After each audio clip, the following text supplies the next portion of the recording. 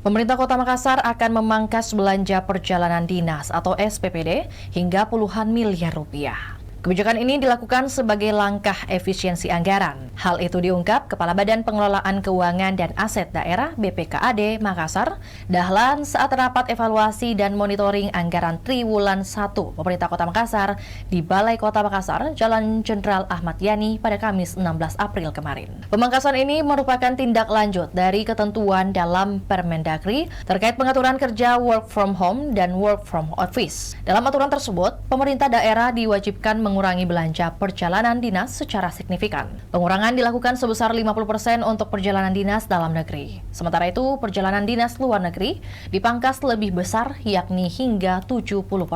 Dahlan menyebutkan total pemangkasan anggaran perjalanan dinas diperkirakan mencapai 50 hingga 60 miliar rupiah. Ia menambahkan, angka tersebut masih bersifat estimasi karena proses perhitungan masih berjalan. Surat resmi terkait pemotongan ini akan segera diedarkan ke seluruh SKPD. Sementara itu, Wali Kota Makassar Munafri Arifudin menegaskan pentingnya percepatan pergeseran anggaran. Kebutuhan anggaran saat ini sangat mendesak, khususnya untuk penanganan tempat pembuangan akhir. Sebab Pemkot Makassar telah menerima peringatan berupa sanksi administratif terkait pengelolaan TPA. Jika tidak segera ditangani, sanksi tersebut berpotensi meningkat menjadi sanksi pidana. Itulah tadi berita Hot News kita pada hari ini. Saksikan berita Hot News lainnya hanya di kanal YouTube dan Facebook Tribun Timur. Download Tribun X sekarang.